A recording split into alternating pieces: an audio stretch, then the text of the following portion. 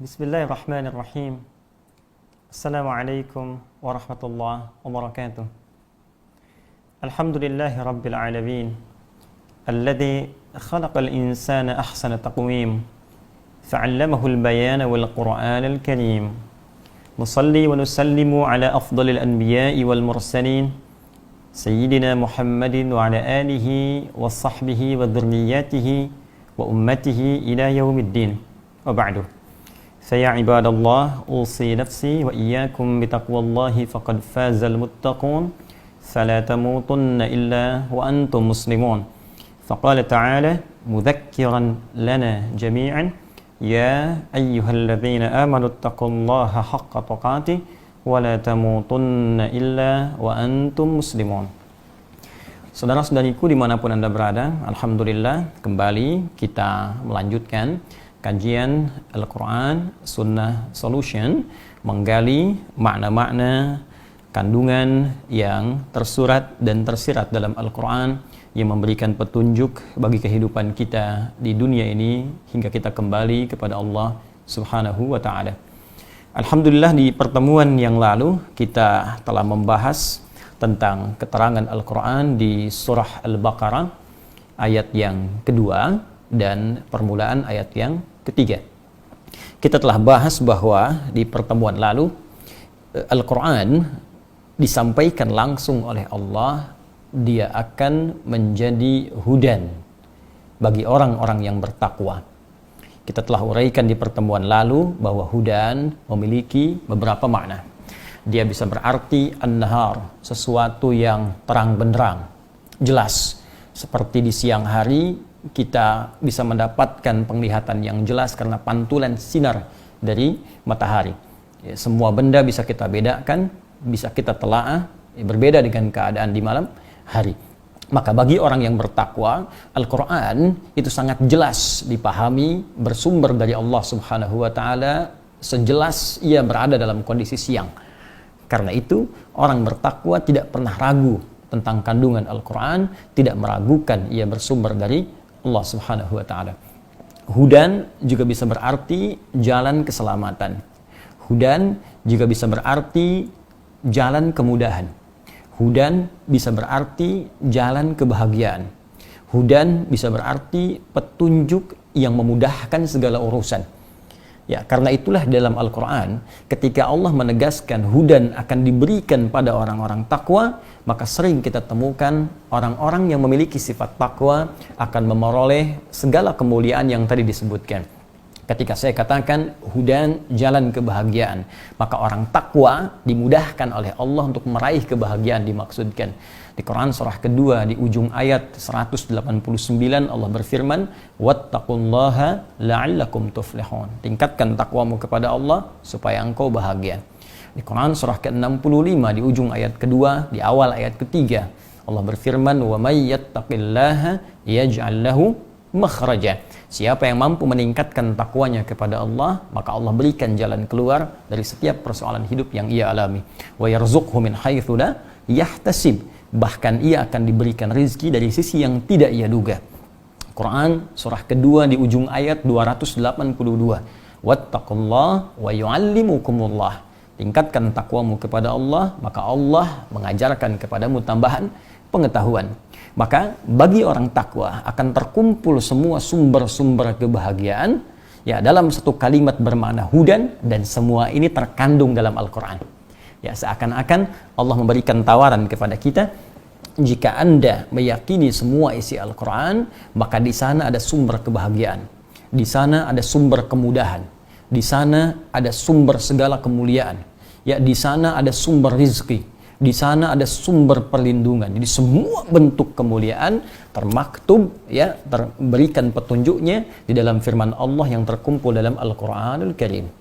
Ya, karena itulah ketika Allah menurunkan Al-Quran di kalangan masyarakat jahiliyah, ini kalimat ini sering saya ungkapkan. Ya, Allah tidak menurunkan tongkatnya Nabi Musa ya pada umatnya Muhammad sallallahu alaihi wasallam pada masa jahiliyah, bukan mukjizatnya Nabi Isa alaihi salam, tapi diturunkan Al-Quran. Ya, dan bukan di Romawi yang sudah maju, Bukan di Persia yang sudah unggul, tapi diturunkan di kalangan masyarakat yang jauh dari peradaban, jauh dari nilai-nilai kemuliaan, ya sulit untuk mendapatkan etika di dalamnya, jauh dari kata moralitas. Namun ketika diturunkan Al-Quran dan diyakini, diamalkan isinya, maka berubahlah masyarakat jahiliyah menjadi khairu ummah. Ya, kebahagiaan didapatkan di sana, kemuliaan didapatkan di sana, ketawaduan didapatkan di sana, dan nyaris semua nilai-nilai kemuliaan, kenikmatan yang bisa diraih di muka bumi didapatkan oleh umat pada saat itu dengan barakah Al-Quran. Ya, karena itulah kemudian ketika Allah menawarkan semua kemuliaan ini akan diberikan pada orang takwa, maka sudah barang tentu setiap manusia akan bertanya, bagaimana saya bisa menjadi orang takwa itu? Ya, ilustrasinya begini. Kalau saya sampaikan kepada Anda bisa mendapatkan kebahagiaan, kenyamanan hidup, kelapangan dalam beraktivitas kalau Anda bisa menjadi A misalnya. Lalu saya tawarkan kepada Anda, mau nggak jadi A ini? Supaya Anda bisa bahagia, bisa kaya, bisa nyaman, bisa tenteram. Ya, setiap orang yang cerdas dan berfungsi akalnya, dia pasti akan mengatakan, saya mau menjadi A itu. Saya pengen bahagia hidupnya. Saya pengen kaya. Saya pengen senang. Saya ingin bahagia. Saya ingin mudah hidupnya. Nah, maka bahasa paling gampang ya kata Allah, jika Anda ingin mendapatkan semua itu, maka jadi orang takwa. Dan dapatkan petunjuk dalam Al-Quran. Karena itulah ketika Anda sebelum bertanya kepada Allah, bagaimana caranya menjadi orang takwa, maka Allah lebih dulu menjabarkan kepada kita tahapan-tahapan menjadi orang takwa yang dimaksudkan. Maka di pertemuan yang lalu telah kita bahas bagian pertama, alladzina yu'minuna bil ghaib. Ya. Di awal ayat ketiga Allah sampaikan ciri orang takwa yang pertama, alladzina. Saya sampaikan di pertemuan yang lalu bahwa kata alladzina ismun mausulun yadullu ala jam'il jam'iyyah, ya huruf sambung menunjuk pada seluruh objek tanpa batas. Ya, di kalimatnya alladzina, ya, disebutkan 1080 kali dalam Al-Quran. Ya, disebutkan 1080 kali dalam Al-Quran. Jika Anda temukan kalimat ini alladzina, ya, secara singkat ini konjungsi yang menjelaskan kalimat sebelumnya tapi menunjukkan objek yang tanpa batas. Jadi kalau kita kaitkan dengan ayat yang kedua, Allah menyampaikan hudal lil muttaqin, Anda bertanya siapa orang takwa itu, maka dijelaskanlah, disambungkan, konjungsi, menyambungkan. Disambungkan di awal ayat ketiga ini, alladzina, orang-orang takwa itu. Nah, tapi karena sifat ini di ilmu nahwu ya tidak punya batas, ya artinya dia bisa mencakup pada laki-laki. Ya. Ingat beda ketika kita katakan alladzina dengan allati. Ya, allati khusus untuk perempuan saja. Tapi kalau alladzina dia bisa mencakup laki-laki, bisa mencakup perempuan. Kalau bersatu antara alladzina dengan allati, maka muncul takhsis. Alladzina untuk laki-laki, allati untuk perempuan. Tapi ketika allatinya hilang, disebutkan alladzina saja, maka dia mencakup laki-laki dan perempuan. Ya, demikian cara memahaminya. Karena itu ketika Anda mendapatkan ayat puasa misalnya, insya Allah dalam kisaran waktu tidak lama, 8 hari ke depan, yang bersamaan dengan 24 April, insya Allah jika tidak ada perubahan, kita masuk 1 Ramadan. Ya, bagaimana dalil yang mewajibkan kita menunaikan puasa Ramadan itu? Di Al-Baqarah ayat 183. Allah berfirman, ya ayyuhalladzina amanu. Ya, hai orang-orang yang telah beriman. Karena kalimatnya menggunakan alladzina, maka perintah untuk puasa itu dicakup pada ayat ini bagi semua orang beriman. Kutiba alaikumussyam. Baik engkau laki-laki, engkau perempuan, engkau tua, engkau muda, sepanjang mukallaf sudah baligh dan memenuhi syarat-syarat dan rukun-rukun untuk menunaikan ibadah puasa, maka sah kewajiban itu berlaku bagi Anda. Ya, karena itu, saya ingin katakan sekali lagi, ketika disebutkan kalimat alladzina, maka dia mencakup untuk laki-laki. Untuk perempuan. Melewati sekat-sekat batas sosial. Apakah kaya, apakah cukup, ya, apakah tua, ataukah muda. Seperti tadi, lelaki kah, perempuan kah, semua terbuka. Ini menunjukkan bahwa dengan sifat kasih Allah Subhanahu wa taala, semua dibuka oleh Allah. Ya, seakan Allah ingin mengatakan, aku buka peluang takwa untuk semua hambaku. Ayo, sehingga kita tidak punya alasan untuk mengatakan, ya Allah, saya nggak punya kesempatan. Bukan, kata Allah, saya berikan kesempatannya. Kenapa engkau tidak mengambilnya? Ya, jadi di awal mula deklarasi yang Allah sampaikan lewat firman-Nya ini, kata Allah, jika Anda ingin bahagia, jika Anda ingin tenang, jika ingin mudah rezekinya, jika ingin dapatkan solusi dari setiap persoalan, jadi orang takwa, dapatkan petunjuk dalam Quran. Anda bertanya bagaimana caranya menjadi orang takwa, ya Allah? Kata Allah, semua saya buka kesempatannya bisa jadi orang takwa. Alladzina. Ya. Kemudian telah kita uraikan di pertemuan yang lalu, siapa orang-orang ini yang berusaha menjadi bagian dari orang takwa, maka dia menempuh, kata Al-Quran, tahap yang pertama, alladzina yu'minuna bil ghaib. Saya mohon izin detilkan untuk dituliskan kembali apa yang telah coba kita uraikan ya di pertemuan yang lalu. Saya tulis di sini. Ya, yu'minuna bil ghaib.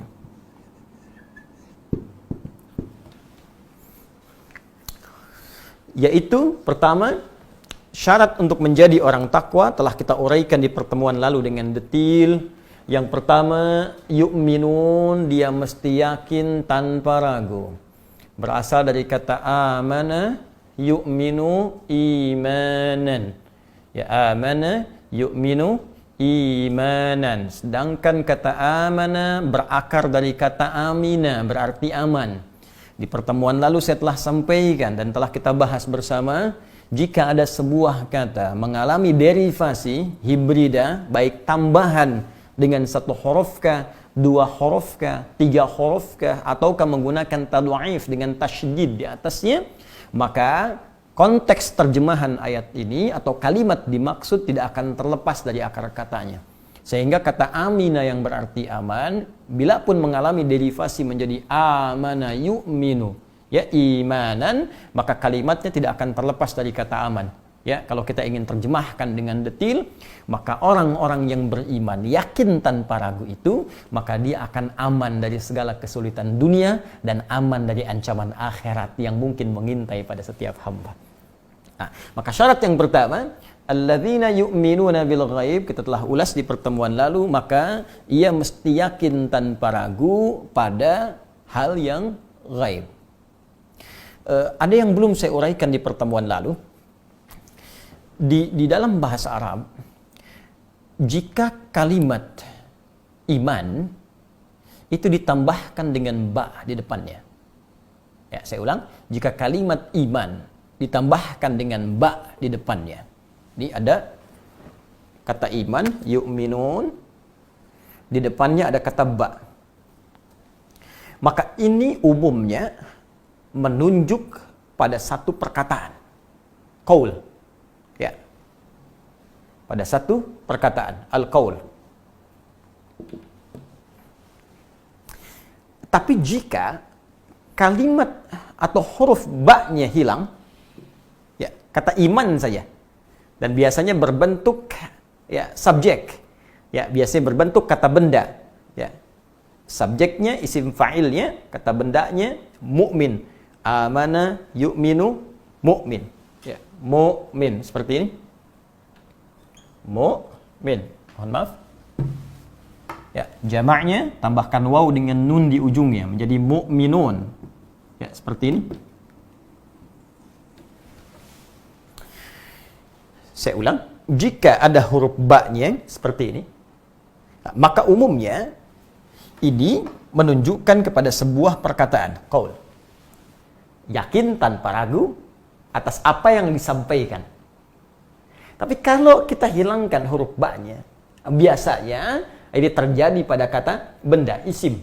Ya, biasanya isim fa'il, subjek. Ini subjeknya disebut mukmin, orangnya disebut mukmin, jamaknya mukminun. Maka ini tidak sekedar mencakup perkataan, tapi sudah kemudian berwujud pula pada perbuatan. Jadi ada perkataan, ada perbuatan. Jika digabungkan perkataan dan perbuatannya, maka hilanglah huruf ba-nya menjadi dia tersendiri menjadi mukmin atau mukminun. Karena itu ketika Allah menyebutkan ciri mukminun tidak menggunakan ba lagi, maka disebutkanlah kemudian firman sekaligus dengan perbuatan di dalamnya.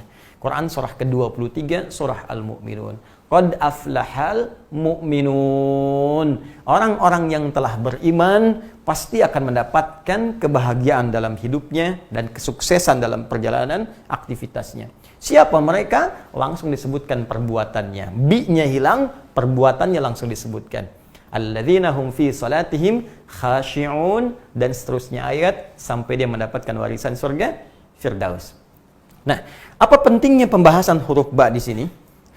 Jika kita mengaji ilmu nahwu, salah satu alat dalam bahasa Arab, jadi ada nahwu, dasar utama, kemudian saraf, ya, kemudian ada balaghah dengan 3 cabang ilmu lagi, ma'ani, bayan, badi', kemudian ada arud, ya, dengan 16 bahrnya, cabangnya. Nah, di ilmu nahwu nanti ada pembahasan tentang spesifik huruf, ya, yang memperdalam ada namanya Ibnu Hisham, ya, Ibnu Hisham Al-Ansari, dia punya kitab Mughnil Labib an Kutubil A'arib.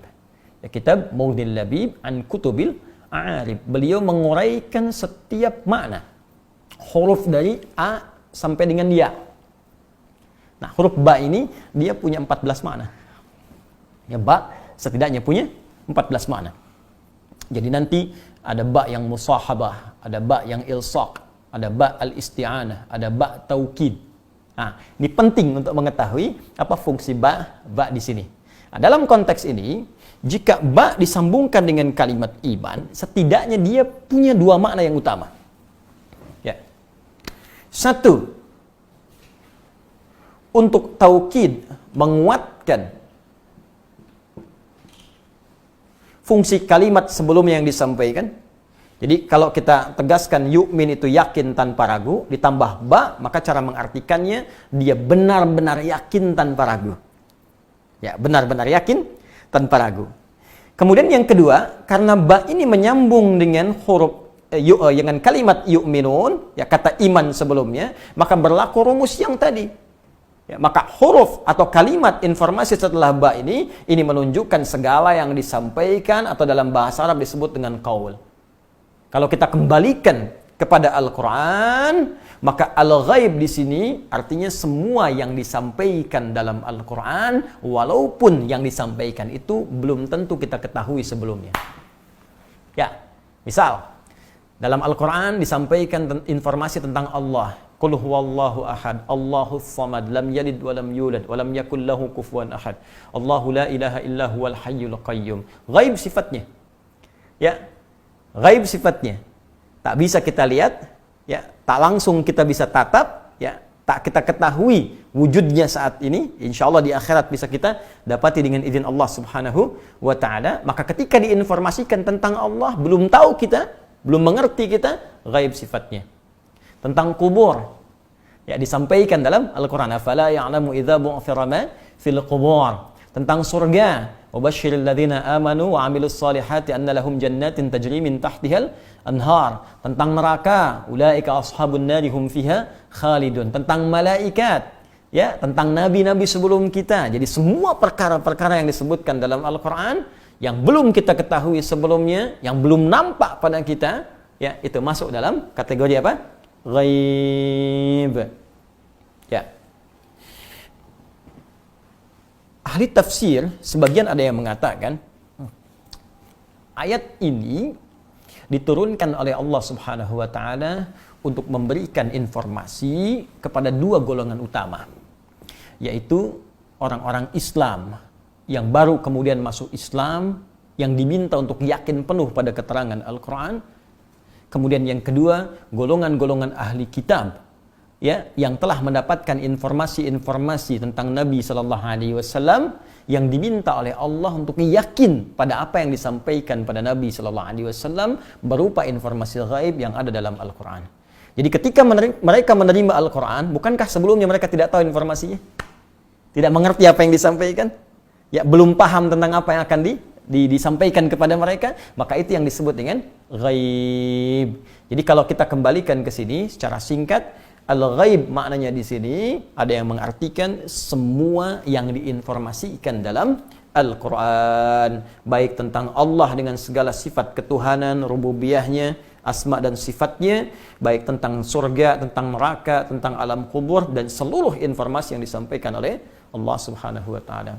Secara singkat, kalau ingin mudah kita pahami, maka ciri orang takwa, dia yakin tanpa ragu terhadap seluruh yang disampaikan dalam Al-Quranil Karim. Syarat pertama.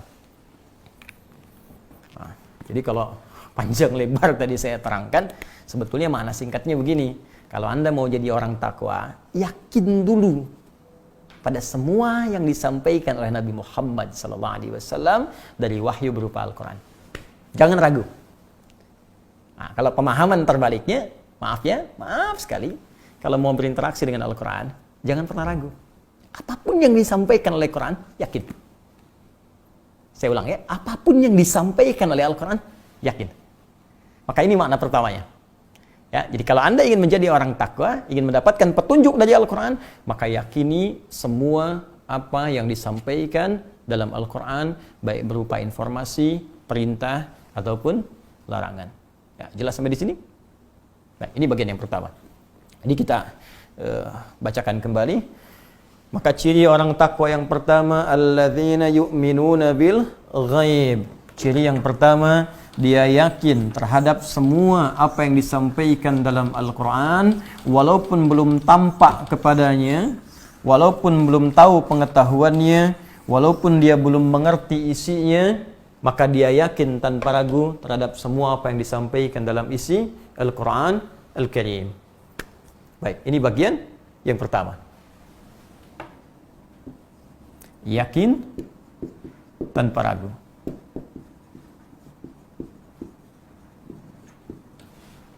Baik, fokus baik-baik teman-teman dimanapun Anda berada. Ya, dan saya kira sebagian dari saudara-saudari kita juga tidak hanya bergabung dari Indonesia. Ya, saya dapat informasi ada teman-teman kita dari Taiwan, dari Hong Kong, dari Malaysia, Brunei, bahkan Masya Allah dari Papua yang jaraknya 2 jam perbedaan waktunya. Maksudnya dari kita di Bekasi saat ini, saya hanya bermohon pada Allah semoga semua kita dirahmati oleh Allah Subhanahu wa Ta'ala. Baik, mari kita fokus kembali. Pertama, jika Anda ingin menjadi orang takwa yang mendapat petunjuk dari semua isi Al-Quran, maka syarat pertama, Anda mesti yakin pada semua isi Al-Quran tanpa ragu. Baik. 2, kita teruskan. Kata iman, yakin, maka dia akan masuk pada satu wilayah, satu kaidah. Setiap keyakinan itu pasti akan bersumber dari hati.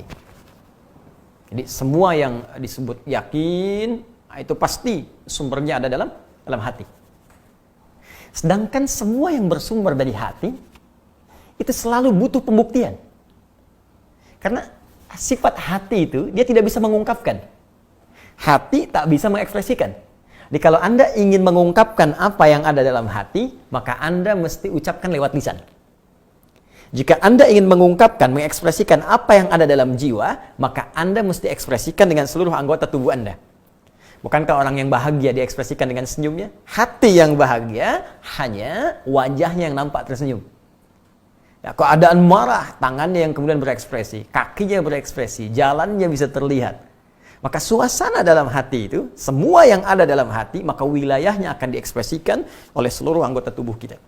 Entah itu lisan, entah itu di wajah, entah itu dari ujung kepala sampai dengan ujung kaki kita. Ini semua wilayah hati itu sifatnya butuh pembuktian. Nah, saya ambil contoh begini, cinta itu kan hati. Ya, dari mata turun ke hati. Nah, kalau sudah masuk hati, butuh pembuktian. Apa pembuktiannya? Nah, maka nikah bagian dari pembuktian. Makanya saya sering katakan, jangan mau kalau ada orang mengatakan, aku mencintaimu, tapi sekedar diucapkan di lisan, tapi tidak dibuktikan lewat perbuatan. Yang perbuatannya itu yang disebutkan dengan akad nikah. Tuliskan namamu di buku nikah kita. Ya, tuliskan namaku di buku nikah kita. Itu baru namanya cinta. Nah, iman itu pun masuk wilayah hati. Ya, karena yakin tanpa ragu di mana? Di hati. Karena dia masuk wilayah hati, maka iman butuh pembuktian. Ya, apa pembuktiannya? Ya, apa ekspresinya yang menyatakan bahwa diri kita benar-benar beriman? Ya, ketika Anda ditanya oleh Allah, kamu mau jadi orang takwa? Siap ya Allah. Apa syarat pertama ya Allah? Yakin tanpa ragu. Siap, saya yakin ya Allah. Itu kan baru hatimu. Apa yang kau buktikan dengan keyakinan dalam hatimu itu untuk menandakan kau telah beriman? Maka disinilah pembuktian iman itu harus diwujudkan dalam bentuk amal namanya.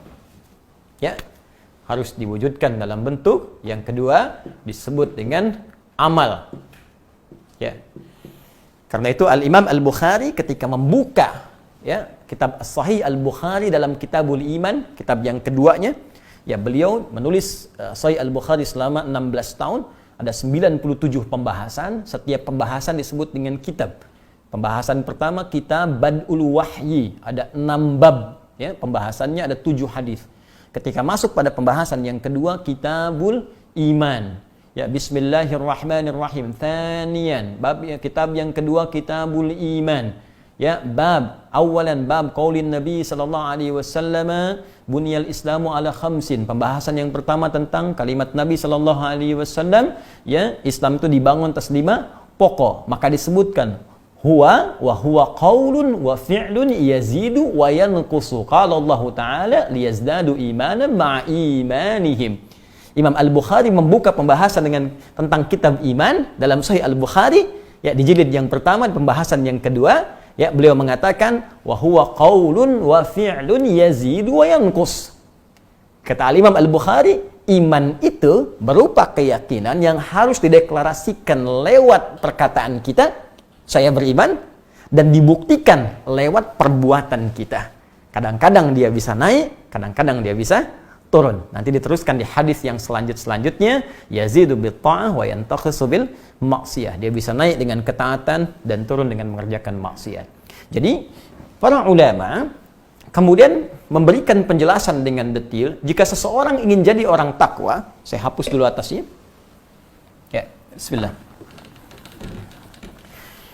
Jika seorang menginginkan mendapatkan predikat takwa, yang dengan takwa ini mendapatkan kemudahan dalam hidup di 3 alam, dunia, kubur, sampai dengan akhiratnya, maka syarat pertama ia mesti yakin tanpa ragu terhadap semua kandungan Al-Quran, ya, walaupun sifatnya ghaib, masih belum kita ketahui, ya, apapun yang disampaikan Al-Quran walaupun sifatnya ghaib, yakin tanpa ragu. Maka keyakinan itu, kata Allah, mesti dibuktikan lewat amalan. Dibuktikan lewat amalan. Karena itulah seringkali kita dapati di dalam Al-Quran, setelah Allah menyebutkan kata iman, seringkali menyandingkannya dengan amalan. Ya, awas. Ketika Allah menyebutkan kata iman, maka seringkali disandingkan dengan amalan. Saya ingin berikan sedikit rahasia begini. Jadi kalau iman itu betul-betul telah tersambung di hati kita. Misal kita ucapkan, asyhadu an la ilaha illallah, itu kalimat iman. Wa asyhadu anna Muhammadar Rasulullah, diucapkan di lisan. Dan masuk ke dalam hati. Ya, masuk ke dalam jiwa. Karena iman tadi pekerjaan hati. Maka iman yang ada di hati ini akan memberikan pancaran-pancaran, akan memberikan sinyal-sinyal kepada seluruh anggota tubuh kita untuk berperilaku, untuk berbuat. Dalam bahasa Arab, berbuat, berperilaku disebut amal namanya. Amal. Ya, tangan beramal, kaki melangkah beramal, berperilaku. Ya, lisan berkata itu amalnya, telinga mendengar itu amalnya. Maka iman ini bukan sekedar hadir dalam jiwa. Maka dia akan diekspresikan, dibuktikan iman ini dengan memberikan sinyal pada seluruh anggota tubuh kita untuk berekspresi, berperilaku sesuai dengan bimbingan iman yang ada dalam jiwa ini. Karena itulah banyak ulama mengartikan ketika seorang sudah beriman, iqrarum bil lisan, ya, dia mengucapkan komitmen, ya, mengucapkan, menetapkan dengan lisannya, wa tasdiqum bil qalbi, dia benarkan, yakinkan dengan jiwanya, wal amalu bil jawarih. Setelah itu, iman yang terpatri di jiwanya akan membimbing seluruh anggota tubuhnya untuk berekspresi. Ya. Karena itulah saya katakan, ketika tangan beramal disebut, beraktivitas disebut amal. Kaki melangkah, amal. Telinga mendengar, amal. baik. Nah, karena dibimbing oleh iman, maaf sekali, karena iman ini tadi melahirkan sumber ketenangan dari kata aman, sumbernya dari Allah Subhanahu wa taala. Karena Allah itu baik, ya, dan karena sifat ketenangan, keamanan yang bersumber dari Allah baik, maka semua ekspresi yang dibimbing oleh iman itu pasti baik. Karena itulah semua pekerjaan yang dikerjakan oleh tangan ketika dibimbing oleh iman, iman bimbing tangan, iman bimbing lisan, iman bimbing telinga, iman bimbing ujung kaki, maka semua tubuh yang dibimbing oleh iman pasti akan mengerjakan perbuatan-perbuatan yang baik. Dalam bahasa Arab, setiap kebaikan yang dibimbing oleh nilai-nilai yang baik, maka disebut dengan soleh namanya. Pekerjaannya amal, ya, perbuatan baik yang disebut soleh. Kalau kita satukan jadi amal saleh. Karena itu semua orang beriman dalam setiap waktunya, apakah tidurnya, makannya, kerjanya, masaknya, nontonnya, semua yang dia kerjakan pasti saleh, pasti baik. Ya, waktu yang dia gunakan pasti saleh. Waktu yang digunakan untuk beraktivitas disebut asr namanya. Turun Quran surah 103 Al-Asr. Allah berfirman, wal asr. Demi waktu yang aku berikan pada setiap manusia untuk beraktivitas.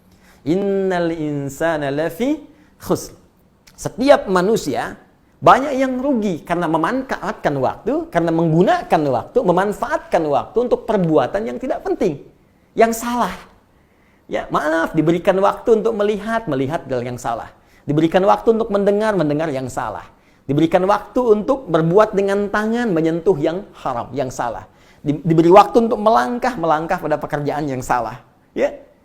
Ada orang yang bisa terlepas dari salah menjadi saleh. Siapa dia? Illalladzina amanu wa amilu sholihat. Coba lihat. Ya, ketika Allah menyebutkan kalimat iman, illalladzina amanu, iman, lantas bersanding dengan apa? Wa amilus sholihat. Iman, amal. Iman, amal. Karena itu jangan heran, di dalam Al-Quran setiap disebutkan kalimat iman, bersanding dengan fungsi anggota tubuh, pasti diarahkan pada yang baik. Saya sering katakan pada Anda, ini mata nih. Ya, saya sering tanya di depan jamaah kalau sedang taklim terbuka, ini kan depan kamera, nggak mungkin kamera jawab. Di depan jamaah saya sering tanya, apa fungsi mata? Orang banyak berkata melihat. Saya sering katakan kalau melihat itu binatang pun melihat, elang melihat, kambing melihat, ya kan? Mohon maaf, bahkan ada hewan tertentu penglihatannya lebih tajam dibandingkan dengan manusia. Tapi ternyata mata manusia berbeda. Kata Allah bukan sekedar melihat, tapi ada aturan yang disematkan pada mata ini. Jika mata ini dibimbing oleh iman, maka iman akan memberikan sinyal kepada mata untuk melihat yang soleh saja. Maka ketika yang dilihat oleh mata yang disisipi oleh iman, ya, yang punya inti iman, ketika melihat hal yang tidak baik, maka akan dipalingkan oleh pandangannya atas bimbingan imannya. Seakan imannya berkata pada dirinya, palingkan pandanganmu. Memalingkan pandangan dari yang tidak baik disebut ghaddul basar. Maka ada cahaya.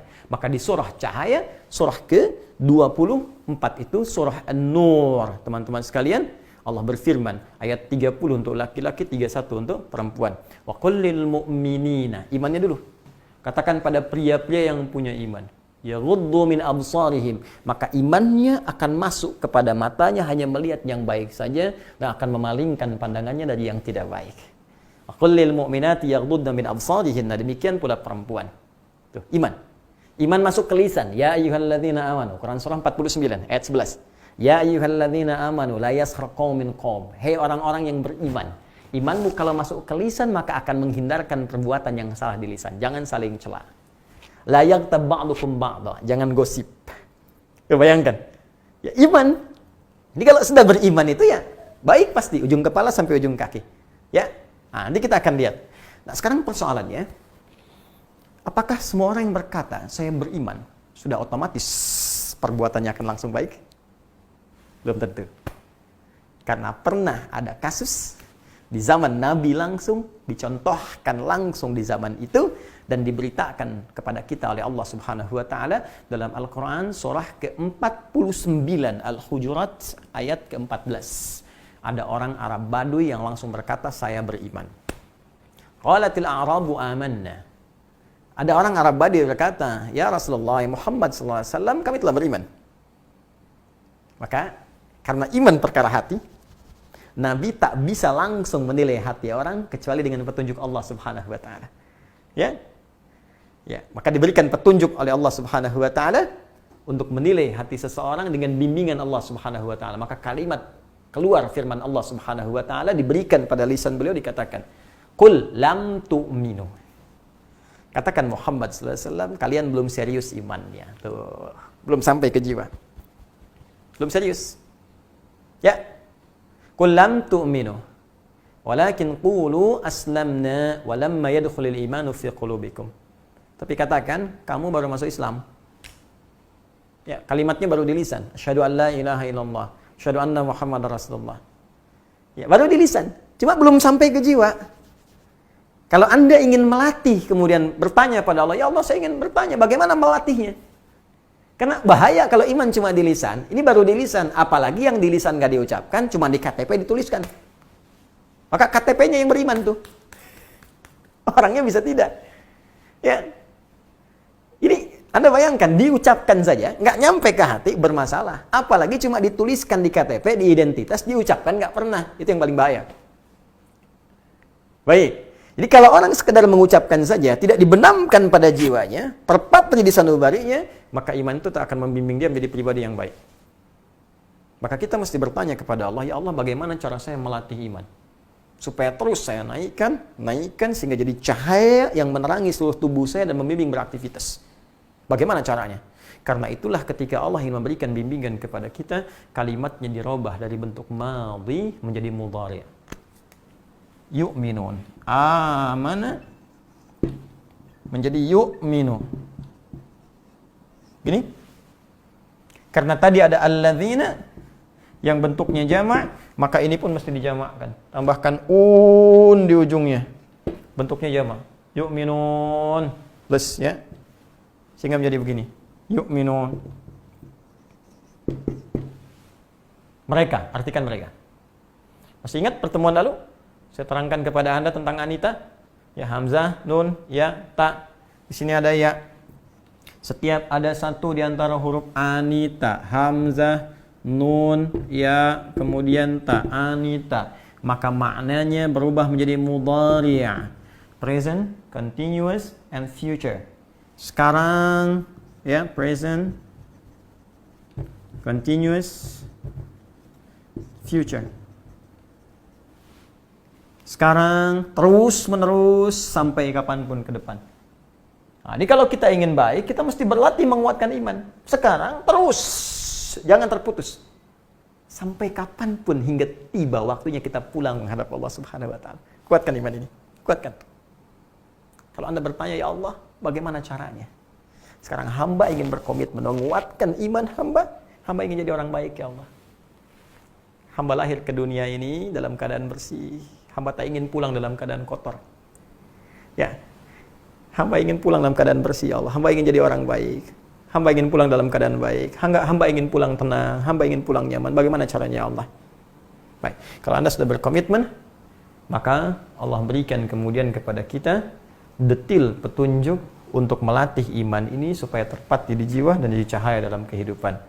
Nah, kembali kepada rumus awal, karena iman ini tak bisa beramal sendirian, karena ia merupakan amalan hati yang harus diekspresikan, maka ia harus dilatih. Ya, saya ulang, maka ia harus dilatih dengan amalan semua tubuh, sehingga iman ini terbiasa memberikan cahayanya kepada seluruh bagian tubuh-tubuh kita. Maka mesti dilatih dengan amalan-amalan tertentu, yang dengan amalan itu cahaya ini akan terlatih kemudian menyinari bagian-bagian tubuh kita. Maka setelah kata iman inilah muncul amalan pertama untuk melatih iman kita supaya semakin kuat dan menyinari seluruh tubuh kita untuk digunakan pada segala hal yang baik-baik. Apa kalimat berikutnya? Alladzina yu'minuna bil ghaib wa yuqimunas shalah wa yuqimunas salata wa mimma razaqnahum yunfiqun. Baik. Nah, tarik nafas dulu sampai sini. Bisa paham insyaallah ya? Baik, saya simpulkan dulu. 1.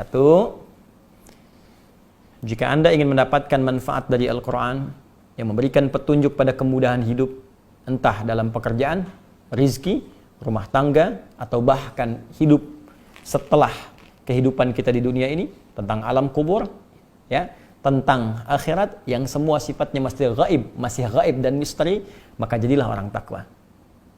Untuk menjadi orang takwa itu, pertama, Anda mesti yakin tanpa ragu pada semua yang difirmankan Allah dalam Al-Quran tentang petunjuk kehidupan kita. Yang kedua, untuk mewujudkan keyakinan itu, karena iman, yakin tanpa ragu adalah amalan dari hati, maka mesti dibuktikan lewat amalan seluruh tubuh kita atau yang disebut dengan jawarih.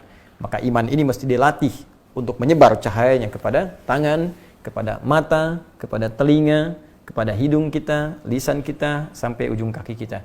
Maka dia butuh latihan amalan untuk mewujudkan pancaran semua itu. Seperti halnya Anda punya sinyal, maka mesti dilatih bagaimana sinyal itu bisa menyebar dalam setiap keadaan, tempat, waktu, dan hal-hal yang Anda bisa kerjakan dalam kehidupan. Maka caranya, bukankah Anda mesti bergerak? Di sini tidak ada sinyal, bukankah Anda bergerak? Bukankah Anda beraktivitas untuk mendapatkan sinyal-sinyal itu? Maka untuk mendapatkan gambaran dari itu, Allah memberikan kita latihan amalan untuk bisa menguatkan keimanan kita dan menjadi pribadi takwa. Amalan yang pertama, ya, wa yuqimunas shalah. Allahu akbar. Saya sarankan kepada Anda untuk mengikuti setiap tahapan yang saya sampaikan, ya, dengan fokus dan juga teliti. Karena setiap apa yang saya uraikan, itu insya Allah akan terkait berkelindan dengan uraian-uraian berikutnya. Dan boleh jadi ada ayat-ayat yang saya sampaikan yang akan dengan izin Allah menafsirkan ayat-ayat yang kita uraikan. Jadi tahapan pertama Al-Quran kita tafsirkan dengan Al-Quran lagi, berdasar petunjuk dari ulama-ulama kita sebelumnya. Kemudian tafsirkan dengan Al-Hadis atau As-Sunnah An-Nabawiyah. Baru kemudian kita masuk kepada qaul para ulama, baik itu ijma', qiyas, dan kalimat-kalimat yang lainnya. Saya coba izin untuk menghapus ini sejenak, untuk kita menuliskan kalimat amalan pertamanya. Bismillah. Amalan yang pertama, wa yuqimunas shalah. Saya mohon izin tuliskan. Ya. Wa yuqimunas shalah. Baik, kurang lebih seperti ini. Wa yuqimunas shalah. Satu. Ini amalan pertama. Wawunya waw ataf. Ya. Ataf atau ma'iyah mengikutkan hukum pada sebelumnya. Ya, jadi kalau ini kita terjemahkan kurang lebih demikian. Jika Anda ingin menjadi orang takwa, ayat kedua, maka syarat pertama mesti beriman tanpa ragu, dan ini diikutkan pada ini. Dan sertai kuatkan iman Anda dengan mengerjakan amalan berikut.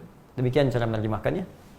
Yuqimuna, dan menyempurnakan atau menegakkan. Ya. Perhatikan kalimatnya. Berasal dari alladzina tadi, karena menunjuk kepada banyak. Maka setelahnya unnya ikut. Yu'minuna ikut. Karena ada kalimat ini.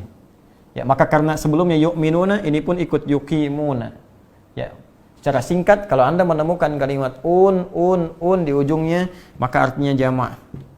Artikan mereka. Kalau ada ya, artikan mereka. Kalau ada ta, artikan kalian. Ya, sifatnya jamak.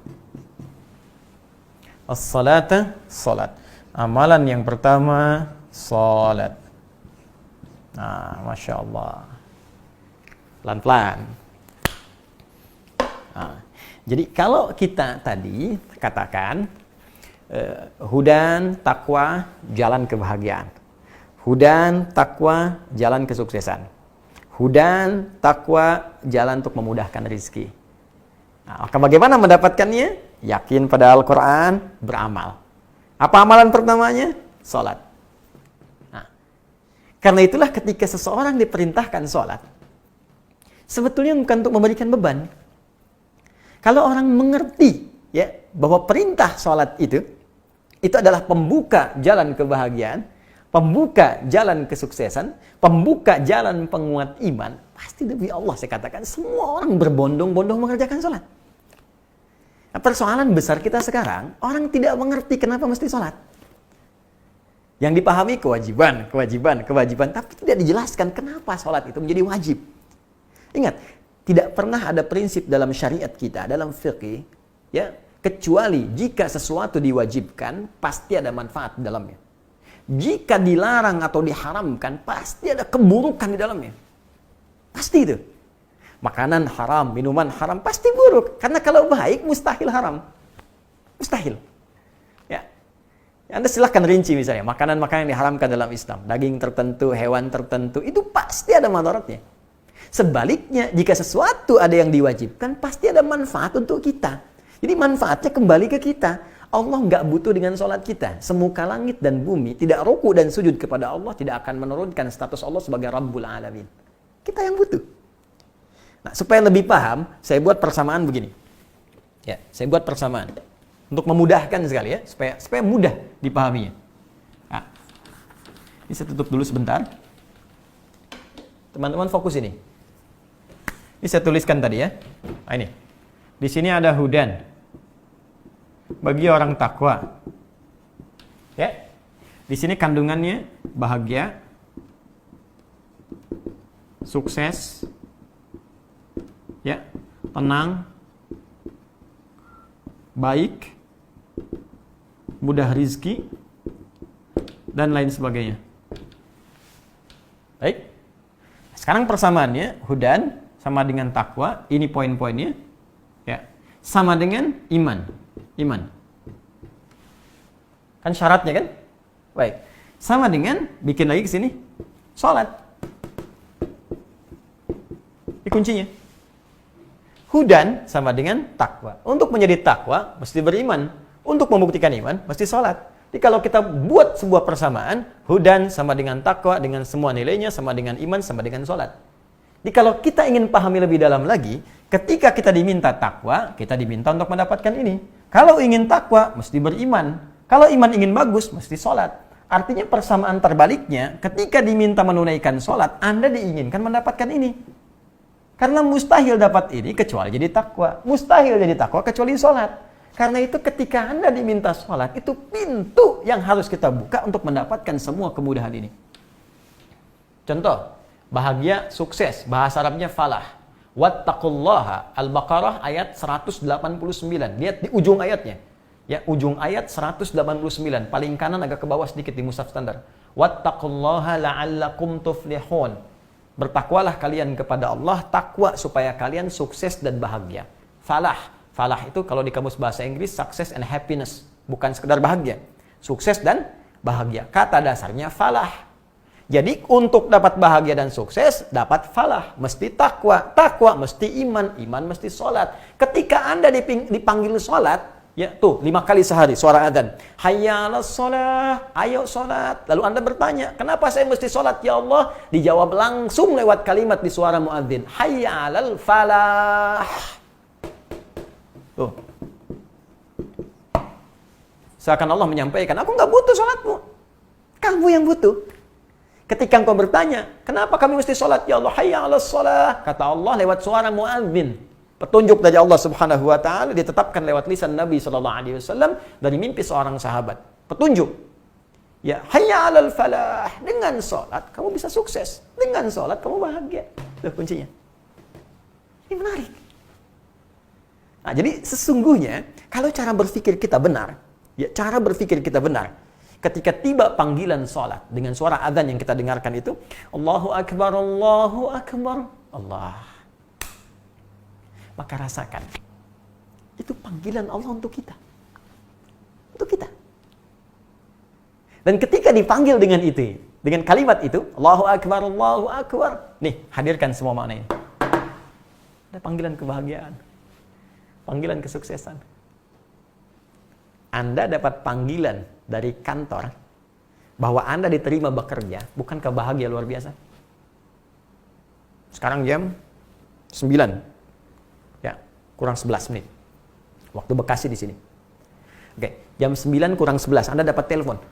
Ya, mengatakan kepada Anda, "Selamat Pak, Bapak diterima. Bapak tolong datang malam ini juga karena sekarang berkasnya harus dilengkapi. Kalau Bapak nggak datang 1 jam lagi ke Jakarta, maka mohon maaf Bapak tidak diterima pekerjaannya." Saya tanya pada Anda, apakah Anda akan mengejarnya atau mengabaikannya saja? Santai dulu, masih 1 jam. Tar aja dulu. Paling gampang ke Jakarta dari Bekasi 30 menit. Anda ngitung macetnya. Anda ngitung situasinya. Tapi orang yang paham bahwa panggilan itu penting, dia akan kejar. Saya datang sekarang juga, langsung ganti baju, langsung segala disiapkan, berangkat. Dunia. Yang saat Anda mendapatinya, belum tentu abadi.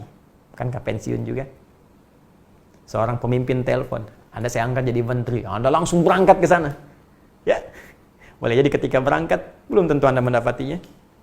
Ya, padahal baru seleksi, atau Anda sudah dapatkan misalnya, tapi Anda selesai juga. Mungkin ada pergantian, mungkin ada reshuffle, mungkin ada juga selesai dan sebagainya. Untuk sesuatu yang tidak abadi saja, begitu Anda kejar. Mengapa ketika Allah tawarkan sesuatu yang sangat indah dan sifatnya abadi sampai kita pulang kepadanya, kita tidak bergegas? Karena banyak manusia yang aneh hari ini. Banyak menuntut kepada Allah, tapi ketika diberi jalan tidak dikerjakan. Ya Allah, mudahkan rezekiku. Ya, kamu sholat sekarang ya. Nanti ya Allah. Sudah adzan, nunggu qomat. Udah qomat, nunggu hampir beres. Jam berapa zuhur selesai? Isya kapan isya? Ya. Asar kapan asar? Asar jam 3 lewat 14. Ya udah nanti saya sholat jam 3 biar jamak sekalian asar. Di mana letak keinginan kita? Di mana letak keadilan kita?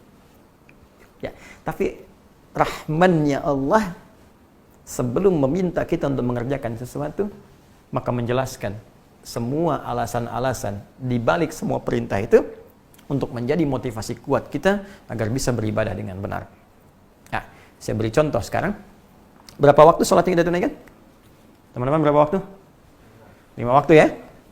Ya, yang diwajibkan pada kita. Subuh, zuhur, asar, maghrib, isya. Hafalkan.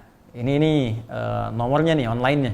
Ya, online-nya nih, online dengan Allah lewat sholat kita. Ada 5 waktu, 24, 4, 3, 4. 24, 4, 3, 4. Subuh 2, zuhur 4, asar 4, maghrib 3, isya 4. Oke. 5 waktu kita diminta sholat. Sekarang kita lihat bagaimana keterangan dalam Al-Quran yang langsung disampaikan Allah tentang manfaat sholat ini. Yuk kita lihat. Saya mohon izin untuk bisa menghapus dulu yang ini. Bismillah. Saya turunkan dulu ya, teman-teman.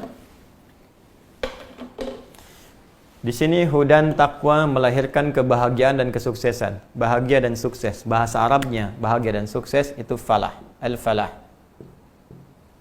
Ya.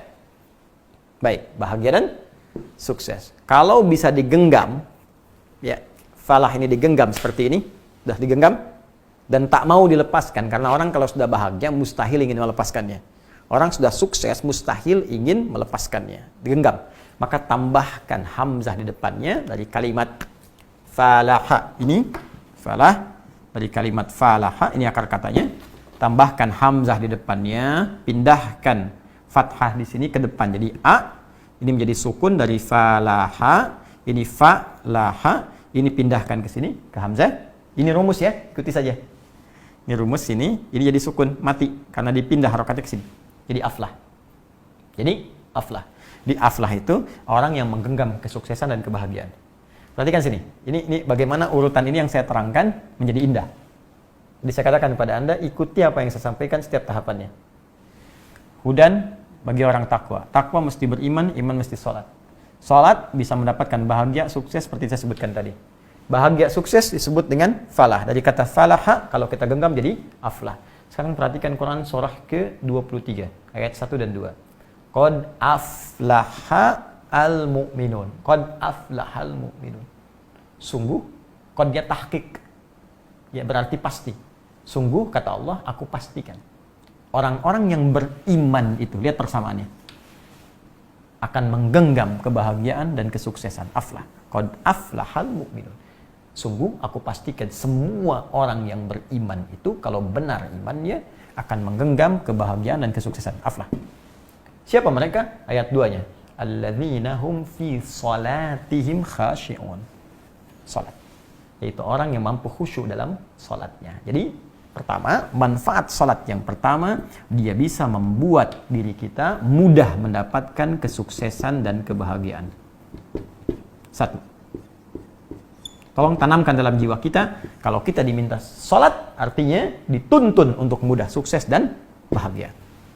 Oke, 2. Tenang. Nih, saya tuliskan, tenang. Oke, hudan, takwa, diantara maknanya tenang, harus beriman, sholat. Sekarang kita diminta sholat, apa kaitan dengan ketenangan? Buka Quran, surah ke-13. Ya, di pertengahan ayat yang ke-28. Allah berfirman, ala bidzikrillahi tatma'innul qulub. Ya, Quran surah ke-13 Ar-Ra'd ayat 28. Ala bidzikrillahi, yakinkan pada dirimu. Ala itu harful ikhbar wa taukid. Huruf yang menunjukkan informasi sekaligus menguatkan. Kata Allah, aku informasikan, yakinkan pada dirimu bidzikrillahi, dengan zikir kepada Allah. Zikir. Allah sebutkan zikir. Dengan zikir, mengingat Allah, zikir kepada Allah, bidzikrillahi tatma'innul qulub. Hatimu itu akan cenderung tenang. Jadi zikir kepada Allah akan berdampak pada ketenangan hati. Tenang, tenang itu kan bahasa hati, tenang. Nah, jadi kalau Anda rajin zikir, maka dampaknya ke hati menjadi tenang. Sekarang yang menarik, sholat itu disebut oleh Allah satu di antara amalan zikir. Ya, amalan zikir itu banyak. Maaf, berdoa, zikir. Quran surah ke-7 ayat 205. Wadhkur rabbaka fi nafsika tadarruan wa khifatan wa dunal jahri minal qaul. Silakan berdoa. Minta dalam jiwamu dalam keadaan yang tenang, lembut, khusyuk, penuh harap. Karena itu orang berdoa cenderung lebih tenang. Dalam situasi yang seperti ini, berdoa. Taubat, doa, itu memberikan ketenangan. Dan mengentaskan kepanikan. Ini semua orang panik umumnya. Panik buying, panik ini, panik itu. Sehingga kepanikan itu menghilangkan kejernihan dalam berpikir. Visi jadi hilang, jadi bias. Target jadi tak terkejar. Jadi kalau kita tenang, semua terukur. Doa. Baca Al-Quran, zikir. Ya, karena Quran disebut zikir. Quran surah ke-15 ayat 9. Inna nahnu nazzalna dzikra. Kami yang telah turunkan Al-Quran sebagai zikir. Menghafal Quran, zikir. Quran surah ke-54. Ya, ayat 17, ayat 22, 32, 40. Walaqad yassarnal Qur'ana lidzikri. Salat itu disebut dengan zikir. Quran surah ke-20, ayat ke-14. Ya, Quran surah Thaha ayat ke-14. Quran surah ke-20 ayat 14. Innani anallahu la ilaha illa ana fa'budni. Kata Allah, ini gambaran dari firman-Nya kepada Nabi Musa alaihissalam, Innani anallahu la ilaha illa ana fa'budni. Hei Musa, sungguh aku adalah Allah. Tak ada Tuhan yang berhak dan benar, paling benar untuk disembah kecuali aku, kata Allah. Fa'budni, maka sembah aku. Bagaimana caranya? Wa aqimis sholata li dzikri. Tunaikan salat sebagai zikir kepadaku. Salat disebut oleh Al-Quran sebagai zikir. Salat disebut sebagai zikir. Sedangkan zikir di Quran surah 13 ayat 28 amalan yang bisa menenangkan kepada jiwa. Karena itu orang salat cenderung lebih tenang. Jangankan salatnya, tempat salat itu bikin tenang. Gak percaya silahkan.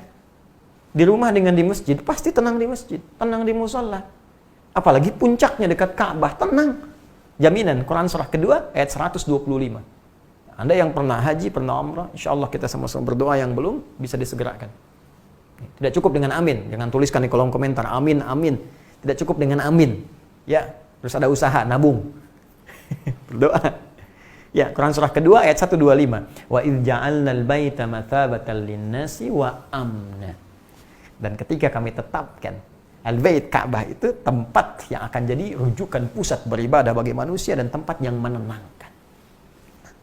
Makanya orang segelisah apapun kalau dekat Ka'bah itu tenang, Allahu Akbar. Indah, nikmat, air mata keluar, masalah seakan tuntas. Seakan tuntas, tenang. Yang penting Allah, saya dekat dengan Allah, saya bisa zikir. Turunan dari Ka'bah itu masjid. Makanya setiap masjid kiblatnya menghadap ke Ka'bah sebagai kiblat. Karena itu setiap masuk masjid perasaan kita akan beda. Lain rasanya, tenang masuk. Allahumma ftah li abwaaba rahmatik, tenang. Makanya banyak orang tuh kalau ingin dapat ketenangan dulu datang ke masjid. Datang nanti musim puasa. Kadang-kadang ya, dulu kita datang masuk masjid, sholat 2 rakaat, tenang. Duduk samping tembok ada AC, plak tidur aja. Saking tenangnya. Ini poin nih. Jadi kalau Anda dapat hudan, meningkat dengan takwa beriman, isinya diantaranya ketenangan, diminta salat untuk tenang. Ya. Oke, apalagi nih? Baik. Baik tuh teman-teman. Baik. Apa kaitan antara baik dengan salat? Yuk kita lihat.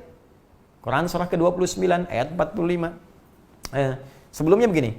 Baik itu lawannya buruk. Ya kan? Jadi kalau orang baik, pasti dia terbebas dari keburukan. Gampang sebetulnya. Ya, misal jujur itu baik, lawannya bohong. Kalau dia jujur, pasti nggak bohong. Ya kan? Rendah hati, lawannya sombong. Kalau dia rendah hati, pasti nggak sombong. Artinya orang baik terlepas dari keburukan. Sedangkan sumber keburukan itu cuma dua. Dari syahwat atau perut dan akal. Nafsu, keburukan yang bersumber dari syahwat disebut fahsya namanya. Jamak dari kata fahisyah. Fahsya. Pornografi, porno aksi, LGBT dan semisalnya fahsya. Ya, kata-kata jorok, kotor, fahsya. Yang bersumber dari nafsu perut dan akal itu mungkar namanya, yang diingkari oleh jiwa. Ya, mencuri, korupsi, mohon maaf ya, ghibah, macam-macam, ya, dan seterusnya itu mungkar. Jadi orang yang buruk pasti dalam dirinya terpatri satu di antara dua sifat atau keduanya. Kalau bukan fahsya, mungkar. Sedangkan sholat ketika dikerjakan dengan benar, itu pasti akan memberikan sinyal kepada tubuh untuk menolak perbuatan keji dan mungkar. Di orang sholat itu, pasti tubuhnya dibimbing supaya menolak perbuatan keji dan mungkar. Ada sinyal di hatinya. Ya, ada rem dari perbuatan yang salah, dan ada yang memalingkan, jauhkan. Karena itu ketika Allah turunkan Quran surah ke-29, ayat ke-45, disebutkanlah fungsi yang ini. Utlu ma uhya ilaika minal kitab. Wa aqimis shalah. Sebelum salat baca, pelajari dulu semua tuntunan yang diwahyukan kepada Muhammad sallallahu alaihi wasallam, ya, yang disebutkan dalam Al-Qur'an dijelaskan oleh Nabi. Wa aqimis shalah. Lu tunaikan salat dengan benar. Innas salata tanha 'anil fahsya wal munkar. Sungguh salat yang dikerjakan dengan benar pasti akan mencegah pelakunya dari perbuatan keji dan mungkar. Pasti jadi baik. Teorinya ada, contohnya ada, buktinya ada. Siapa buktinya? Jahiliyah. Puncak semua fahsya dan mungkar ada di jahiliyah. Karena itu disebut jahiliyah. Tukang mabuk, yang profesional, semua banyak. Yang pemula 5 kali sehari. Tukang begal, komplit. Semua ada. Yang pezina, ada. Pezina di sana profesional semua. Sehari nggak zina, nggak tenang. Itu semuanya ada. Jadi kalau orang sekarang pengen ikut, terlambat. Dan ketinggalan. Sembrono, bodoh. Kenapa? Karena orang-orang dulu pada tobat begitu mereka sholat, ditinggalkan semuanya. Dari jahiliyah berubah jadi khairu ummah. Ada orang yang telah tenggelam dalam keburukan. Ya, dia sadar dan dia naik lagi ke permukaan, meninggalkan semua buruknya dengan menunaikan sholat. Anda yang sudah di luar pengen masuk. Orang dari keburukan gelap tuh zulmun namanya. Perbuatannya disebut zalim. Ya, ingin keluar dapat cahaya, dia ambil cahaya disebut nur. Maka muncul minal zulumati ila nur. Habis gelap terbitlah terang. Keluar dari kegelapan, datang dituntun oleh cahaya, ambil cahaya itu, dia kerjakan amalannya. Minal zulumati ila nur. Dari jahiliyah menjadi khairu ummah. Turun Quran surah ketiga Ali Imran ayat 110.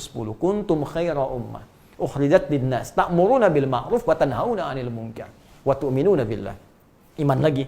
Kalian umat terbaik yang pernah dilahirkan di muka bumi. Dulu pernah buruk, sekarang jadi baik. Bahkan bisa mengerjakan yang baik, meninggalkan yang mungkar. Karena imanmu kepada Allah. Tu'minuna billah. Ini poinnya. Baik. Rizki, nggak usah ditanya. Rizki apa yang Anda tanyakan? Dunia. Wa may yattaqillaha yaj'al lahu makhraja wa yarzuqhu min haitsu la yahtasib. Quran surah 65 ayat 2 dan 3. Bagaimana mendapatkan pintunya? Ya salat. Dzalikal kitabul la raiba fihi hudal lil muttaqin alladzina yu'minuna bil ghaib wa yuqimunas shalah. Ingin dapat keturunan? Rizki juga. Bagaimana caranya? Ya salat. Apa dalilnya? Quran surah ke-3 Ali Imran ayat 38 sampai 39. Bukankah Nabi Zakaria pernah berusaha untuk mendapatkan keturunan? Ikhtiar, belum dapat, sampai rambut memutih, fisik letih. Apa yang dikerjakan? Salat. Coba lihat ayatnya. Hunalika da'a Zakaria rabbah qala rabbi habli min ladunka dzurriyyatan thayyibah innaka sami'ud du'a. Di mihrab itulah Nabi Zakaria berdoa. Doanya seperti apa? Salat. Minta dalam salatnya kepada Allah sambil berdiri, minta. Ya Allah, semua mengatakan aku nggak mungkin punya keturunan. maka akan mohon kepadamu ya Allah yang tidak punya batas dalam pemberian. Kau pasti dengar doa saya. Kalau pada yang maha mendengar pun tidak mengabulkan, kepada siapa lagi saya mesti minta? Ini tanda ya. Ini saya lompat sedikit sebentar ya. Ini ada isyarat dalam Al-Quran. Jika ada satu hal yang tak bisa kita selesaikan dengan ikhtiar kemanusiaan kita, dan semua mengatakan nggak bisa, maka itu tanda pertama langsung dari Allah untuk meninggalkan semua pendapat manusia dan kembalilah kepada Allah untuk meminta pertolongannya. Ini penting saya sampaikan. Saya telah berusaha memberikan juga contoh untuk diri saya dan kita semua terkait masalah yang kita hadapi sekarang, corona. Kita berikhtiar dulu, riset sudah, masker sudah, APD sudah, bilik disinfektan sudah. Bahkan yang paling menarik, dulu ditolak, sekarang dianjurkan. Dulu dianjurkan, sekarang ditolak. Manusia sekarang mengatakan tak mampu. Ini tanda, cepat kembali kepada Allah. Cepat taubat. Semua taubat. Maka saya mengajak kepada kalangan teman-teman semua, khususnya saudara-saudariku sebangsa setanah air, terkhusus yang muslim, ya, ayo semua bangun malam, minta sama Allah, taubat. Pasti ada perilaku yang keliru, pasti ada banyak yang salah. Silahkan, Anda mau sehebat apa lagi? Banyak negara-negara yang pemimpinnya mengatakan corona tenang saja. Ya, kita punya solusinya di bulan April. Nah, adidaya semacam Amerika mengatakan April akan selesai. Rupanya kemudian kena juga. Yang lain kena juga. Jadi sangat menarik dan mutasinya sangat tinggi. Dulu saya kira dari hewan ke manusia, manusia ke manusia. Sekarang sudah manusia ke binatang.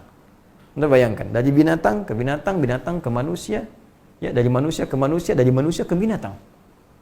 Ya, ini sesuatu yang menjadikan kita mesti berpikir, kita mesti kembali kepada Allah. Jangan anggap remeh. Jangan anggap ringan. Ya. Ini kadang Allahu Akbar. Kita ini konsepnya ada semua. Kita negara Pancasila dasarnya. Pancasila pertama ketuhanan yang Maha Esa. Ya, turunan dari itu semua adalah ibadah, bahkan dijamin negara. Negara menjamin kemerdekaan tiap-tiap penduduk untuk memeluk agamanya masing-masing dan beribadah menurut agama dan kepercayaannya itu pada pasal 29 ayat kedua. Jaminan sudah ada, keterangan di kitab kita Al-Quran ada, petunjuk sudah ada, kenapa nggak kita lakukan? Dan yang paling menarik, kita yakin Allah yang Maha Kuasa, kita yakin Allah yang punya solusi, kita yakin Allah punya jalan keluar, kita yakin Allah sumber rezeki, sumber segalanya. Kenapa kita nggak berserah diri? Mau sampai kapan kemudian kita ingin menangkahkan bahwa kita bisa mengatasi semua ini tanpa kebersamaan dari petunjuk Allah Subhanahu Wa Taala? Saya kembalikan sini.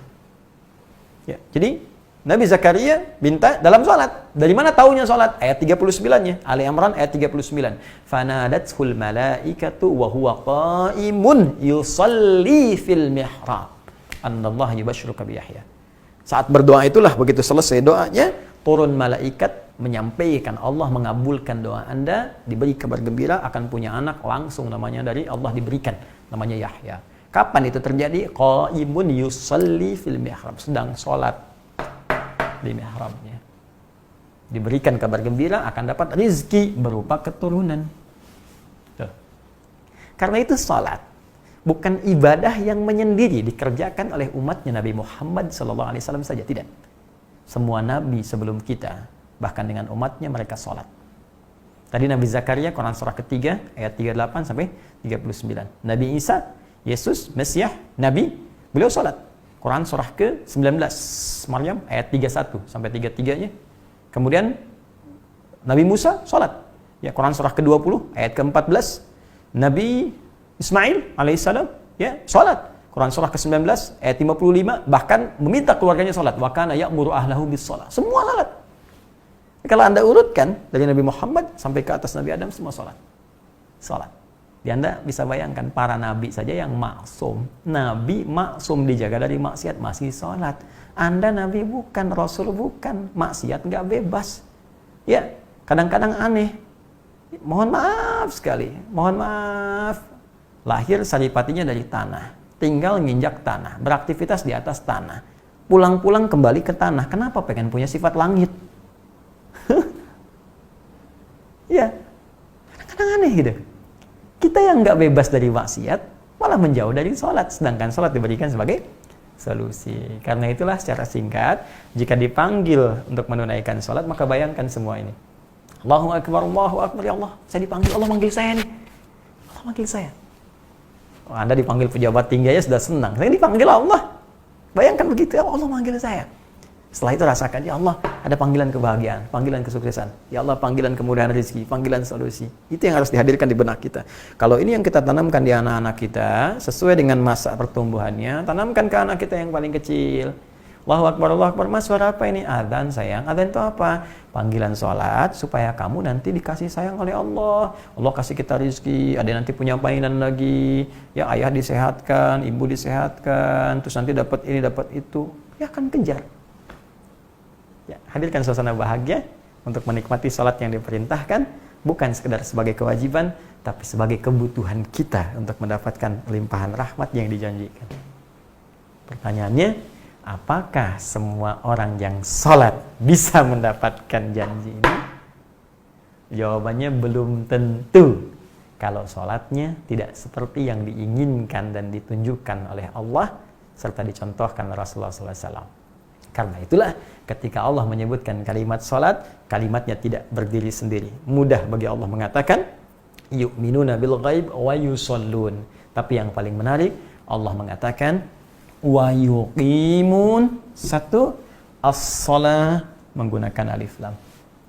Apa rahasia dua kalimat ini? Itu yang kita akan jawab di pertemuan berikutnya insyaallah. Alhamdulillah. Sabar ya. Pelan-pelan kita satu huruf tapi paham. Ya, satu kalimat tapi mengerti itu lebih baik dibandingkan satu ayat, satu juz atau sekian banyak tapi sulit dipahami dan tidak mudah mengamalkan. Itu tidak diinginkan. Baik, ini yang pertama. Jadi teman-teman sekalian, kita simpulkan bahwa Al-Qur'an akan menjadi hudan dengan segala turunan maknanya bagi orang yang bertakwa. Sedangkan orang-orang takwa akan dimulai tahapannya dengan menghadirkan keyakinan tanpa ragu pada semua informasi yang disampaikan dalam Al-Quran sekalipun sifatnya masih ghaib. Apakah tentang sang pencipta Allah Subhanahu wa Ta'ala, ataukah malaikat-malaikatnya, rasulnya, alam kuburnya, akhiratnya, atau bahkan aktivitas di dunia ini yang belum kita dapatkan pengetahuannya dengan jelas. Yakin tanpa ragu, dan keyakinan itu sifat amalan hati yang tak mungkin bisa diketahui kecuali lewat amalan. Karena itulah diperintahkan oleh Allah kita mengerjakan amalan-amalan tertentu untuk melatih keimanan dalam jiwa sehingga ia bisa bergerak menjadi pancaran cahaya yang membimbing tubuh kita untuk beraktivitas baik dalam kehidupan sehingga mendapatkan turunan rahmat yang dijanjikan. Itu yang kita dapatkan, dan amalan pertama adalah salat. Dan salat seperti apa yang diperintahkan oleh Allah, dicontohkan Rasulullah, itu yang coba kita akan gali di pertemuan berikutnya.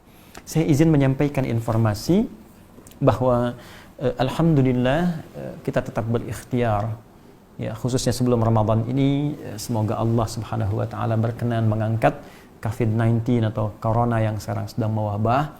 Kita sama-sama berdoa. Saya mengajak memperbanyak taubat kepada Allah, istighfar. Kita ingin Ramadan kita hidup dengan ibadah yang semarak kembali, di masjid-masjid kita isi ya. Jangan, mohon maaf sekali, jangan menyimpulkan sesuatu yang masih jauh dulu. Kita boleh berusaha, boleh memprediksikan sesuatu, ya, boleh merencanakan, tapi memastikan tidak. Berserah diri kepada Allah, tawakal. Tawakal itu amalan juga. Ya, tawakal, kita ikhtiar, sandingkan dengan tawakal. Bertobat, minta sama Allah, berdoa dengan baik, ya, kemudian dengan penuh harap, khusyuk kita minta. Allah akan turunkan yang terbaik untuk kita apapun keputusan yang telah Allah tetapkan. Kemudian yang kedua, dalam itu pun kita berikhtiar untuk bisa menyelesaikan sebab-sebab, ya. Sebab dalam bahasa Arab beda dalam bahasa Indonesia. Ya, jadi ada musabbib, ada musabbab, ada sabab, itu lain. Ya, musabbib yang menetapkan, musabbab yang ditunjuk atau objeknya, sebab itu akibat yang terkait di dalamnya. Misal, ya, seorang berjalan di tengah jalan kemudian tertabrak mobil meninggal. Ya, musabbib yang mewafatkan dia Allah Subhanahu wa Ta'ala sesuai dengan ajalnya. Musabbab yang diwafatkan orang itu. Sebabnya apa? Dia salah berjalan di tengah jalan. Kalau ajalnya tetap saja meninggal sesuai dengan ajal, tapi sebabnya, akibatnya karena perbuatan dia. Itu yang kita pelajari. Maka dari situ jangan berjalan di tengah jalan. Ya, baik. buka puasa misalnya. Kamu buka di mana tadi? Di jalan. Jangan. Di jalan kan banyak mobil ya. Buka di tempat-tempat yang tenang gitu kan, yang baik dan sebagainya. Oke, itu yang kita ambil. Nah, sekarang karena ada COVID-19 ini banyak dampak ya, asbab yang terkait dengannya yang kita coba ikhtiarkan bersama untuk memudahkan. Kami di Quantum Akhir Institute menginisiasi berdirinya Amin. Ya, Amin Ansor Muhajirin. Spirit yang diambil dari kisah kehidupan, perjalanan hidup sebagai petunjuk ya dari Nabi SAW untuk kita semua. Ketika Nabi ke Yathrib sebelum menjadi Al-Madinah Al-Munawwarah, itu keadaannya sangat sulit, tidak mudah. Bahkan para sahabat yang hijrah dari Mekah ke Madinah meninggalkan semua yang dipunya sehingga datang ke Madinah dengan segala kebutuhan yang ingin didapatkan. Maka mereka yang hijrah disebut muhajirin dengan segala hal yang belum didapatkan. Orang yang menerima disebut dengan ansor karena sifat baik mereka yang mau menolong dan berbagi. Ya, maka apa yang dibagi oleh mereka? Yang kurang makanan langsung diberi makanan, yang kurang pakaian diberi pakaian, yang tak punya tempat tinggal kemudian bahkan diberikan tempat untuk dia bisa tinggal dan beraktivitas. Spirit itu yang akan kita ambil, walaupun bukan dalam suasana hijrah, tapi kita bisa ambil spiritnya, berhijrah dari keadaan yang kurang baik jadi lebih baik. Maka kita buat Amin Ansor Muhajirin, teman-teman bisa masuk ke amin.quantumakhyar.com ya, amin.quantumakhyar.com. Di situ nanti kita ada program ingin mengambil spirit ini. Jadi kita membuat beberapa hal. Alhamdulillah sudah kita eksekusi. Ini dari teman-teman juga masukan-masukan. Mulanya kita coba atasi dari kami dan teman-teman terdekat, tapi ada banyak yang ingin berkontribusi. Kami buat ini ada program untuk APD. Alhamdulillah ini mohon izin sekali, kami tidak buat sembarangan, ada riset. Ada tim risetnya, ini risetnya serius. Kayak bikin APD misalnya, ini nggak sembarangan. Ini ada uji dulu, dari Kemenkes dulu kami ikuti, ada balainya. Sehingga keluar nanti kelayakan. Ini kain yang layaknya ini hazmatnya yang ini. Nah ini insya Allah yang warna ini kami sudah punya sertifikasi uji kelayakannya. Kemudian juga ada face shield. Ini sudah kami bagi. Jadi apa yang ada di kami, yang bisa didapatkan, itu langsung nanti diproduksi ya oleh partner kita. Dengan segala keterbatasan yang kita punya, yang ada langsung kami kirimkan. Ketika Anda di situ ada kolom kan, ada donasi, ada pengajuan. Nah ini yang sudah mengajukan ada 17 ya, 17 rumah sakit dan puskesmas. Alhamdulillah tadi pagi sudah saya kontrol, semua sudah terkirim. Jadi teman-teman ada yang mengirim dari Solok, dari Riau, ya, dari Lombok, Majalengka, Jember dan seterusnya. Ya Oku ini sudah dikirim. Mudah-mudahan dalam waktu dekat bisa sampai. Tapi mohon izin karena kita bagi dengan beberapa yang lain, mungkin apa yang kita ada itu yang bisa kita bagi. Mungkin ada yang 10, ada yang kurang dari itu atau mungkin yang lain banyak sesuai dengan kebutuhan masing-masing. Mudah-mudahan bisa tercukupi. Ya, adapun teman-teman yang masih mengajukan, nggak apa-apa disampaikan dulu. Nanti begitu ada barang, kami langsung packing hari itu juga kami kirimkan. Ya, dengan izin Allah Subhanahu Wa Taala. Dan ini tidak diperjualbelikan. Ya, tidak diperjualbelikan. Kemudian yang lainnya juga kami siapkan dan mohon izin teman-teman, apa yang sampai saat ini sampai hari Jumat donasi yang terkumpul, khususnya untuk yang sembako, saya mohon izin itu semua akan kita arahkan dulu untuk kepentingan saudara-saudari kita yang ada di Malaysia. Warga Indonesia yang ada di Malaysia, karena saya dapat kabar kesulitannya luar biasa. Di sini kita bisa saling berbagi, di sana mungkin terbatas. Jadi nanti sampai Jumat saja program untuk sembako, kemudian masker, karena masker insya Allah kita bisa tangani sendiri. Ya, kita untuk sembako khususnya kita arahkan, kami akan transferkan saudara-saudariku yang ada di Malaysia, ya warga negara Indonesia. Saya tidak bisa berbuat banyak, ya, tapi mungkin ada sedikit yang nanti kami akan kirimkan di hari Jumat. Mudah-mudahan bisa bersama Anda semua. Dan saya menyeru kepada warga Indonesia, teman-teman sekalian yang punya kemampuan lebih, yang Allah titipkan tentunya dan akan dihisab di hari kiamat nanti, baik di wilayah Malaysia ataupun di Amerika yang saya juga dengar kondisinya juga butuh mendapatkan perhatian. Saya mohon sebagai seorang muslim, iman kita sekarang kita fungsikan, semua harta kita akan dihisab. Ayo rangkul saudara-saudari kita yang sekarang kita diuji untuk berbagi dengan mereka, ya sebelum itu Allah pindahkan kepada orang lain supaya hisab kita ringan. Maka rangkul mereka, jadilah orang-orang yang hebat, jadi seperti Ansor dan berbagi dengan mereka. Ya, dan yang kedua, khusus bagi teman-teman yang di Malaysia, saudara-saudariku serumpun, saya Adi Hidayat dengan ini menyampaikan kepada Anda semua, ya kita Muslim sama-sama kita bisa berbagi. Bagi Anda satu warga Malaysia yang bisa ya menjadikan teman Indonesianya untuk bisa berbagi. Ya, sekali lagi bagi Anda teman-teman saudara-saudariku di Malaysia yang bisa berbagi dengan orang Indonesia sehingga bisa meringankan beban mereka di sana, di tempat Anda tinggal yang mungkin mereka juga telah berkontribusi banyak untuk kebaikan yang ada di sana, maka demi Allah setelah lockdown ini, setelah selesai semuanya, saya akan kunjungi negara Anda dan saya akan berjumpa dengan Anda. Setiap Anda yang bisa membantu warga Indonesia, maka saya akan ajarkan Anda untuk menghafal Al-Quran tanpa meminta spesial pun dari Anda. Saya akan kunjungi Anda, saya akan berikan pada Anda bagian dari pengajarannya, saya akan datang sendiri, saya bayar sendiri, ya, saya kalau perlu sewa tempat sendiri, saya akan ajarkan semua Anda. Ya, Anda bantu satu orang Indonesia, maka saya akan undang pada saat itu dan saya akan berikan apa yang saya mampu untuk Anda dengan izin Allah Subhanahu wa taala. Ya. Dan semoga hisab kita diringankan oleh Allah di hari kiamat kelak. Ya, semoga Allah meringankan keadaan kita, semoga Allah menyayangi kita semua dan semoga Allah mengampuni kita semua dan bersabar atas keadaan yang kita lalui saat ini, dan semoga dengan ini amal kita diterima oleh Allah Subhanahu wa taala. Semoga yang wafat dalam keadaan terkena COVID-19 benar-benar jadikan syahid oleh Allah Subhanahu wa taala, disabarkan seluruh keluarganya, diringankan semua bebannya, dan semoga kita diberikan pengingat yang luar biasa dengan adanya musibah ini untuk ingat kepada Allah bahwa semua keadaan tentu akan kembali kepada Allah Subhanahu wa taala. Jika dengan keadaan ini saja kita begitu khawatir luar biasa, maka kita mesti lebih khawatir lagi dengan keadaan hari kiamat yang mungkin lebih dahsyat dari apa yang sekarang kita hadapi. Semoga Allah meringankan dan merahmati kita semua. Allahumma taqabbal minna innaka antas samiul alim wa tub alaina innaka antat tawwabur rahim. Allahumma 'allimna ma yanfa'una tubna ilayka tawbatan nasuha. Allahumma arfa' 'anna al-waba wal bala wa corona ya rabbal alamin. Allahumma arfa' 'anna al-waba wal bala khasatan corona ya arhamar rahimin. Allahumma arfa' 'anna al-waba wal bala khasatan corona ya rabbal alamin. Allahumma ij'alna min ahli al-Qur'an waj'al al-Qur'ana sahiban lana fid dunya wa syafi'an lana fil akhirati ya arhamar rahimin.